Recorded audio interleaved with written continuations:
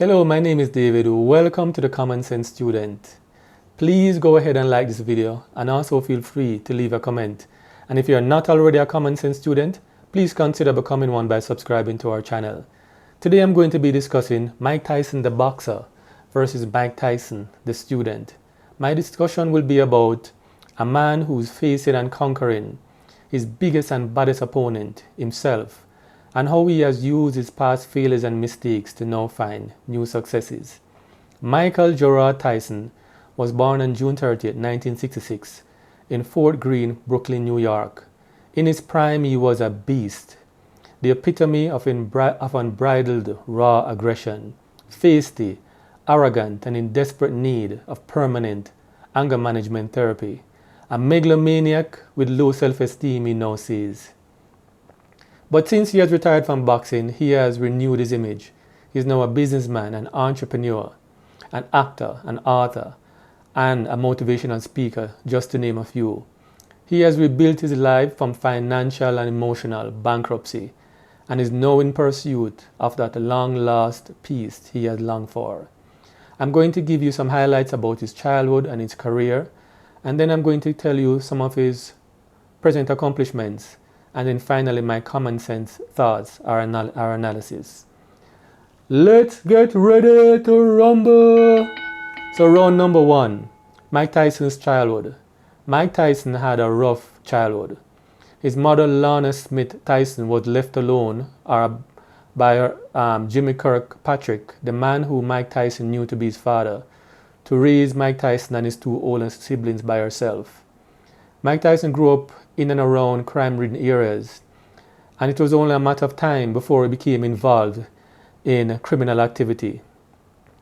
He was first arrested when he was 10 years old for pickpocketing, and by the time he was 13 years old, he was already arrested 38 times. It so happened that when he was in reform school when he was about 12 years old, he had an encounter. He saw Muhammad Ali. Muhammad Ali came to the school to give a speech to the boys, and at that time he was inspired. He knew exactly what he wanted to do with his life. It so happened that fate was on his side, and he was eventually transferred to another reform school called the Tryon School for Boys, and there he met a man called Bobby Stewart. Bobby Stewart was a juvenile detention center counselor and former boxer, and he would teach the boys how to box. He was very impressed with Mike Tyson's abilities being so young, and so he introduced him to Cus D'Amato, who was a boxing manager and trainer. He had one of his champions was Floyd Patterson. He was a former light heavyweight champion and former heavyweight champion. So Cus decided to legally be Mike Tyson's guardian, and he started to train him. But his form of training was very unorthodox, because in an interview he explained that what he did first was to peel off each layer, all of that dirt and muck that was on the outside, and then get to the core, which was the real person. So he started to affirm Mike Tyson. He started to make a distinction to him with the things that he has done, the bad things he had done, and the person he believed he is. He told him he was a good person and started to nurture his self-belief. He always told him he was going to be a champion, and by the time Mike Tyson was 14, he finally started to believe it. He also gave him books to read.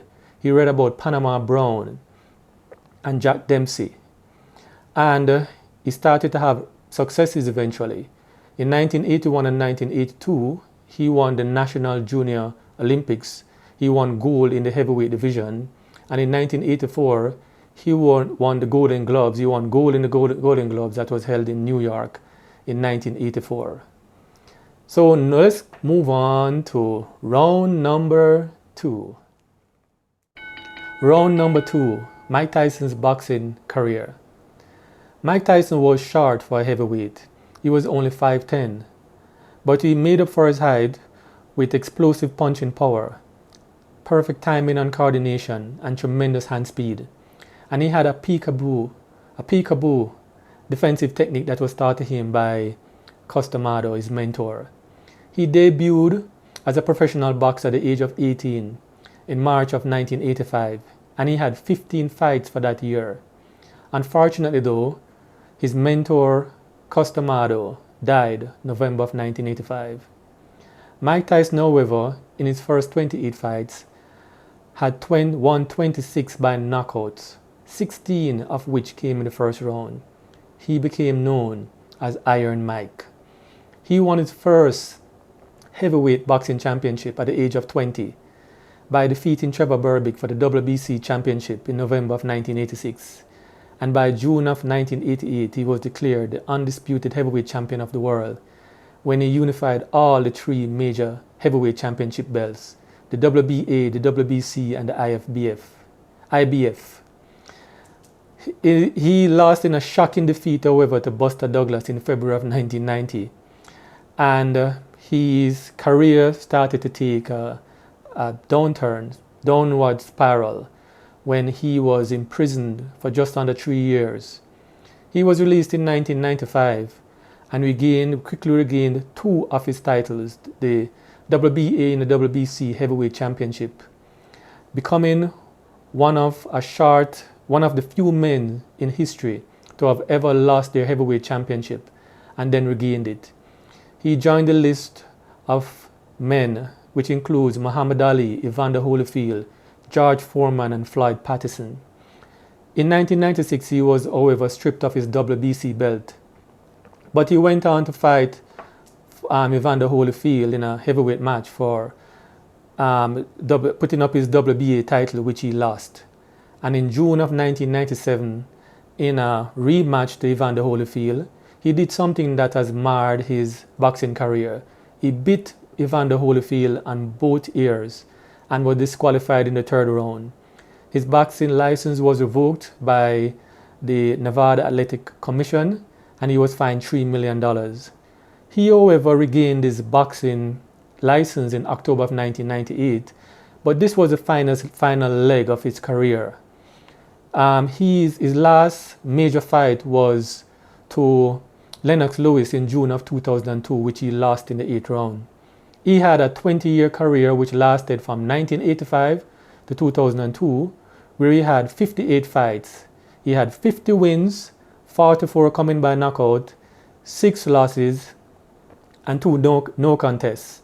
He had an 88% knockout to win ratio, which is tremendous. But Mike Tyson's career was marred by poor personal and business choices. He made a lot of mistakes. His time of imprisonment took him away from boxing for a few years. He also was an extravagant spender, and he gave in to a lot of excesses: women, partying, and alcohol. He also made some poor business choices his personal choices affected his business choices, which caused him to lose a lot of endorsements. He's also made some poor choices where his promoter and manager was concerned. He fired Bill Clayton and hired Don King, who became this was one of his major mistakes strategically, whereas the business of boxing was concerned. He later said that Don King had done more bad to black boxers than any white promoter had done in the history of boxing. Don King influenced him to fire Kevin Rooney and most of the persons that mentored him and trained him during his amateur years. Kevin Rooney was handpicked actually by Customado to be his trainer if anything happened to him. It was noticed immediately as soon as Kevin Rooney was fired that Mike Tyson wasn't moving his head as before, and he wasn't training as much when he became a champion. He later admitted after retiring, because he was winning fights so easily, he gave in to indiscipline. In 2003, Mike Tyson filed for bankruptcy. After earning over $300 million in his boxing career, he was now $23 million in debt. I sincerely believe that Mike Tyson's tremendous potential was never realized as a boxer.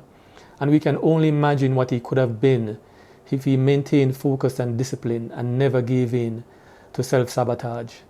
Now on to round number 3, which is the final round, where I'm going to look at Mike Tyson's present accomplishments and how he has become a student and has turned around. Round number 3, the rebuild. Mike Tyson is now married to Lakima Spicer. He has been married to her since 2009. They have 2 children together. Mike Tyson is in all his children's life from previous relationships. He now has a stable family life. His career was rejuvenated in 2009 when he made a cameo appearance in the movie The Hangover. He has since then appeared in several other movies. He has a cannabis company, Tyson 2.0, and he has written 2 books, Mike Tyson's Undisputed Truth and Iron Ambition, My Life with Costamado. He has a YouTube channel with over 2 million subscribers and a podcast with over 5 million, a podcast, Hot Boxing with Mike Tyson, which has over 500 subscribers to date. He also formed a partnership with Sophia Watts and her company Eros Innovations, Mike Tyson's Legends Only League. This is an enterprise that gave retired professional boxers an opportunity to compete in their respective sport. He had a match with Roy Jones Jr. in November 2020, which was for that year the biggest pay-per-view event of the year, and I think it is in the top 10 of all times. Mike Tyson now has an estimated net worth of over $10 million. What are the common sense lessons that we can learn from Mike Tyson's life and career? Here are my final common sense thoughts and analysis. Mike Tyson was not prepared for success. His mentor, Costamado, died at the beginning of his career, unfortunately so. And he taught him all he could about being a great boxer, but not to deal with success and all the ills that came with success. So Mike Tyson was quickly overcome by his past and his insecurities. He was an extravagant spender. He had a lot of bad people around him. But then Mike Tyson changed when he retired. Mike Tyson became a student. He rebuilt his life. He took responsibility for his actions, and he started to learn from his mistakes. He also used his resources, his boxing accomplishments, his extroverted personality, his ability to take risk, and his ability to learn. I was very impressed to learn that Mike Tyson is actually a reader. He might not appear to be so, but if you have ever listened to Mike Tyson in any of his interviews, he always has something very sage, very deep to say. And I always wonder about it. I've always thought about it. Until I saw him in an interview with Tony Robbins a few months ago. And Tony Robbins was saying that he was called to visit Mike Tyson. I think it was after the fight with Buster Douglas, and he was in a place of crisis. And Tony Robbins explained that he was very impressed to learn that Mike Tyson read Nietzsche and Emerson. He never knew that he was so well read. And because he's a learner, he has the ability to learn and adapt in this new age. There are many persons, especially professional athletes, who made a lot of money during their career. But because of their inexperience with financial things, they lost their fortune. And they were totally unable to rebuild their finances. Mike Tyson is the opposite of that. And I believe it rests with the fact that he is a natural learner. Mike Tyson also has a positive perspective about his past and his flaws. In an interview, I heard him saying that my biggest assets are my flaws. The problem is not with having flaws. The problem is with not knowing that you have them. He also spoke about going to prison and how going to prison was the best thing that ever happened to him.